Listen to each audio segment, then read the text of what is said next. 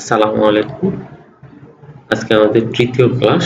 আমরা আগেই বলেছি আমাদের এই কোর্সটি একদম বিগিনারদের জন্য, যারা নতুন, কোনো দক্ষ মানুষের জন্য না। সো যারা আমাদের এই কোর্সটি দেখছেন, এটা একদম ফ্রি হিসেবে এই কারণে আমরা তৈরি করছি। তো আপনারা দেখতে পাচ্ছেন আজকে আমাদের তৃতীয় ক্লাসে আমরা নতুন একটি সেকশন নিয়ে কথা বলবো। সেটা হচ্ছে আমাদের গতদিন আমরা হোম সেকশন নিয়ে কথা বলেছিলাম। এইখানে এই পর্যন্ত যেগুলো আমাদের খুবই প্রয়োজন সেগুলো নিয়ে কথা বলেছি, যেগুলো শিখতে হবে। এখন আজকে আমরা শিখবো হচ্ছে ইনসার্ট সেকশনটা নিয়ে। তো ইনসার্ট সেকশনে দেখুন আমরা বেশ কয়েকটা সাব মেনু আছে। সেখানে আমাদের প্রথম সাব মেনুটা যেটা আছে সেটা হচ্ছে পেজ। অর্থাৎ পেজ কিভাবে এখানে থাকে সেই বিষয়গুলো। প্রথমে দেখতে পাচ্ছেন এখানে কাভার পেজ নামের একটি পেজ আছে। যে পেজটাতে যদি আমরা ক্লিক করি তাহলে আমরা অনেকগুলা পেজ দেখতে পাচ্ছি, যেগুলো হচ্ছে কাভার পেজ। দেখতেই পাচ্ছেন এই যে অনেকগুলো কাভার পেজ। অর্থাৎ আপনি ধরেন একটা বই লিখছেন, সেই বইয়ের একটা কাভার পেজ থাকে। আপনি যে কোনো একটা ডকুমেন্ট লিখছেন, সেই ডকুমেন্টের একটা কাভার পেজ থাকে। আমরা যে কোনো পত্রিকায় যদি যাই তাহলে সেখানে একটা হেডলাইন থাকে। তো এই জিনিসগুলো আসলে সেই রকম। আমরা যখন একটা ডকুমেন্ট তৈরি করি তখন এমন একটা কাভার পেজ আমরা ক্রিয়েট করি যেখানে আমাদের পুরা ডকুমেন্ট সম্পর্কে এক বাক্যে বা ২টা-৩টা শব্দে সেখানে বুঝিয়ে দেওয়া হয়, এবং কে এটা লিখছে, কে লিখছে না সেই সম্পর্কে এখানে বিস্তারিত থাকে। তো আমরা বুঝতে পারি যে এটা কোন বিষয়ের উপর এই লেখাটা থাকছে। তো এই হচ্ছে আমাদের কাভার পেজটা। তো কাভার পেজটা দেখুন, অনেকগুলা কাভার পেজ আছে। সুন্দর একটা কাভার পেজ এটা একটা আছে, যেটা কাভার পেজটা আমরা দেখতে পারি। দেখুন এই যে এইরকম একটা কাভার পেজ, যেটা সুন্দর করে দেওয়া আছে। দেখুন এইখানে হচ্ছে ডকুমেন্টের নাম লিখতে পারবেন, টাইটেল দিতে পারবেন, ডকুমেন্টের যেই সাবটাইটেল আছে সেটা দিতে পারবেন, এখানে একটা ছোট্ট সামারি দিতে পারবেন, এবং এই যে অ্যাডমিন লেখা আছে এইখানে আপনি কে লিখছেন, আপনার নাম, ঠিকানা, এই জিনিসগুলো দিতে পারবেন। এবং দেখুন এই জিনিসগুলো অলরেডি বাই ডিফল্ট এগুলা তৈরি করা আছে। এটা হচ্ছে 2013 ভার্সনের এমএস ওয়ার্ডের 13 ভার্সনে এগুলো বাই ডিফল্ট কিছু পেজ দেয়া থাকে। অন্য যেটা ছোট যেমন 10 অথবা 2007 এইগুলাতে এই পেজগুলা থাকে না বাই ডিফল্ট। এগুলা তৈরি করা যায়, তৈরি করে নিতে হয়। এখানে একটা ইমেজ আছে, সেই ইমেজটা আমরা করতে পারি।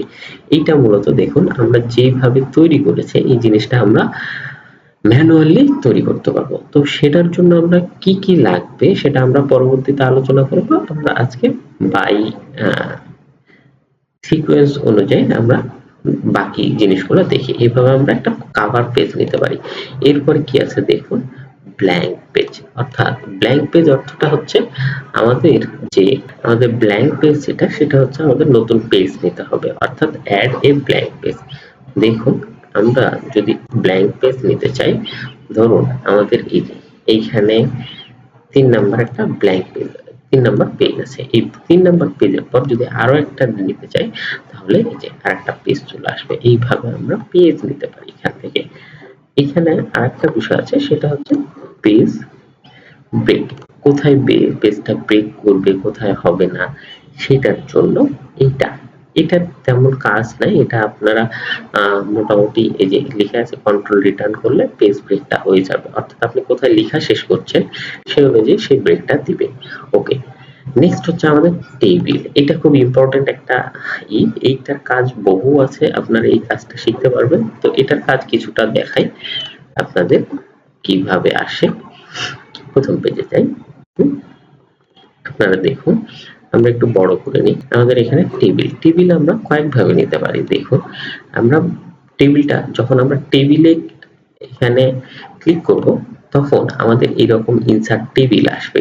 তো দেখুন আমরা এখান থেকে রো কলাম, এই যে এই লম্বা যেই ঘরগুলো আছে লম্বাভাবে, এগুলা হচ্ছে কলাম, এবং এইভাবে সারিবদ্ধভাবে যেই ঘরগুলো আছে বা সেলগুলো আছে এগুলাকে এক একটা সেল বলে। এই সেলগুলাকে আমরা সারি বলি। তো আমাদের সারি এবং কলাম মিলে টেবিল তৈরি হয়। তো আমরা 5টা এক সারির মধ্যে 5টা ঘর নিলাম, তার মানে 5টা কলাম পর্যন্ত গেলাম।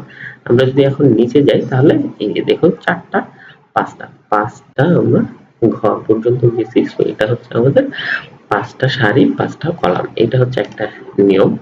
আমরা টেবিল নেয়ার, দেখুন অর্থাৎ এটাকে 5x5 একটা টেবিল বলছে। আরেকভাবে আমরা টেবিল ইনসার্ট করতে পারি, সেটা হচ্ছে এখানে ক্লিক করবেন, এই যে নিচে আমাদের কি আছে, নিচে দেখুন এখানে ইনসার্ট টেবিল আছে। ইনসার্ট টেবিলে যদি আপনি যান তাহলে এখানে দেখুন, এখানে খুবই সিম্পল কলাম নাম্বার এবং রো নাম্বার, আপনি কলাম যতগুলা দিবেন ততগুলা। এখানে যদি আমি 4টা কলাম দিই আর রো দিই 2টা, তাহলে আমার হয়ে যাবে একটা টেবিল না হয়ে যাবে। দেখুন এই যে আমাদের 4টা কলাম, 1 2 3 4টা, এবং এখানে 2টা, এই যে নিচে 3টা চলে আসছে, যেহেতু সাইজটা বড় তাই এভাবে চলে আসছে। এই হচ্ছে আমাদের টেবিল নেওয়ার পদ্ধতি। এখন টেবিল নেওয়ার পদ্ধতির পর আমরা যেটা করতে পারি সেটা দেখুন, এই যে এখানে একটা উপরে বাম কোণায় উপরে একটা পয়েন্ট আছে, যোগ চিহ্ন বরাবর পয়েন্ট আছে, দেখুন এই যে, এই যে দেখুন এটাতে যখন আপনি ক্লিক করবেন তখন পুরো টেবিলটা সিলেক্ট হবে। টেবিলটা যখন সিলেক্ট হবে তখন আপনি এটাকে নাড়াচাড়া করতে পারবেন, অর্থাৎ এর অবস্থান আপনি চেঞ্জ করতে পারবেন। একটু দিই, আচ্ছা দেখুন আমরা যখন এটাকে সিলেক্ট করব এবং এটাকে লেফট ক্লিক করে একবার চেপে ধরে যদি আপনি সরান তাহলে দেখুন এই যে সরে যাবে, এই নিচে চলে আসছে, আবার উপরে নিয়ে গেলে উপরে যাচ্ছে। এবং দেখুন এটা লাস্টে বামে মানে নিচের কোণাতে আরেকটা পয়েন্ট আছে, এই পয়েন্টটাকে যদি আপনি লেফট ক্লিক করে ধরে থাকেন তাহলে আপনি এটাকে ছোট বড় করতে পারবেন। সেই জিনিসটাও দেখাই, দেখুন এই যে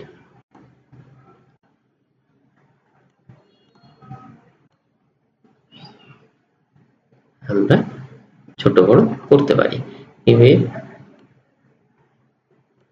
এইভাবে আমরা এটাকে ছোট বড় করতে পারি।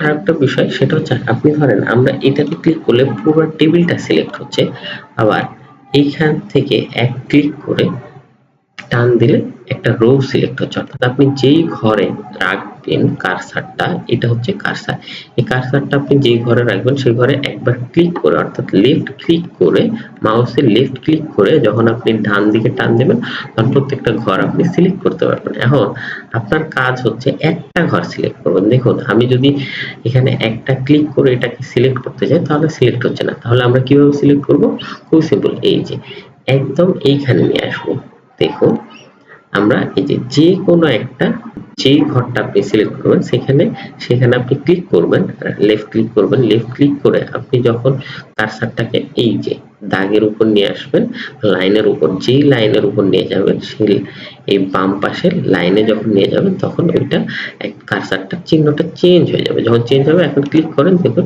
ওই সেলটা সিলেক্ট করতে পারবেন। এটা হচ্ছে আমরা একটা সেল সিলেক্ট করার ক্ষেত্রে এটা ইউজ করতে পারি। আচ্ছা নেক্সট যেটা হচ্ছে আমাদের এইটা ধরেন আমাদের পুরাটা এই ঘরটা এত মোটা করে, অর্থাৎ এত প্রশস্ততায় আমরা নিতে চাই না, তাহলে এটাকে একটু কমাতে চাই। দেখুন এই যে এই লাইনটা আছে না, এই লাইনটাতে যখন আপনি কার্সারটা নিয়ে যাবেন তখন এই যে একটু পাশে বাম পাশে যখন নিয়ে যাবেন তখন সেটার চিহ্নটা চেঞ্জ হবে। এই যে লাইনটার উপরে থাকলে এই যে এভাবে চিহ্নটা চেঞ্জ হবে। যখন এই চিহ্নটা চেঞ্জ হবে তখন আপনি লেফট ক্লিক করে যদি সরান তাহলে এটা ছোট হয়ে যাবে, আবার যদি এইভাবে টান দেন ছোট হবে। সেম ভাবে আমরা সারির জিনিসটাকে এভাবে উপরে নিচে সরাতে পারি, বুঝতে পারছেন? এইভাবে আমরা যেকোনো ঘর, যেকোনো সারি, যেকোনো কলাম ছোট বড় করতে পারি। ওকে, এই হচ্ছে বিষয়। এখন আপনার ধরেন এইখানে কয়টা সারি আছে, 1টা 2টা 3টা 4টা 5টা 6টা, তো 6টা সারি আছে এখানে, 1 2 3 4 5 6, 6টা সারি আছে। এখন এই 6টা সারির যে আপনার মনে হচ্ছে আরো একটা সারির প্রয়োজন, আরো একটা সারি আপনি নেবেন, তাহলে ইনসার্ট কিভাবে করবেন? খুবই সিম্পল, এইখানে যেকোনো একটা সব শেষের বা যেকোনো একটা ঘরে আপনি রাইট ক্লিক করবেন, রাইট ক্লিক করে এখানে ইনসার্ট একটা অপশন আছে, দেখুন রাইট ক্লিক করলে এই যে ইনসার্ট একটা অপশন আছে, ইনসার্ট অপশনে আপনি কলাম দিতে পারবেন, আপনি কলাম হচ্ছে লেফটে নিতে চান কি রাইটে নিতে চান সেভাবে নিতে পারবেন। রো যেটা সেটা আপনি উপরে নিতে চান নাকি নিচে নিতে চান সেটা হবে। শুধু একটা সেল যদি নিতে চান তাহলে সেলে ক্লিক করবেন। ধরেন আমি লেফটে নিলাম, এই যে লেফটে আসলো। আবার যদি আমরা রাইটে নিতে চাই তাহলে দেখুন রাইটে আসবে, এই যে রাইটে চলে আসছে। আবার আমরা একটা কলাম নিতে চাচ্ছি এবং নিতে চাই, দেখুন এবং উপরে চলে আসলো। আবার ইনসার্ট বিলোতে চলে আসবে, এই যে। হ্যাঁ, এখন আমাদের একটা সেল নিতে হবে, এটার পাশে জাস্ট একটা সেল নিব। তাহলে আমরা just insert cell, just shift cell down right, আমাদের সাইডে এই যে এরকম একটা সেল চলে আসবে। একটা সেল যদি আপনি নিতে চান তাহলে এইভাবে আমরা নিতে পারি। বুঝতে পারছেন? এই হচ্ছে আমাদের সেল নেওয়ার পদ্ধতি। ওকে, আমরা এইভাবে টেবিল নিয়ে কাজ করতে পারি। আজকে আপাতত এতটুকুই রাখছি। আমরা নেক্সট ক্লাসে বাকি কাজ টেবিলের অন্যান্য কাজগুলো আমরা দেখব কিভাবে করা যায়। ধন্যবাদ। আসসালামু আলাইকুম।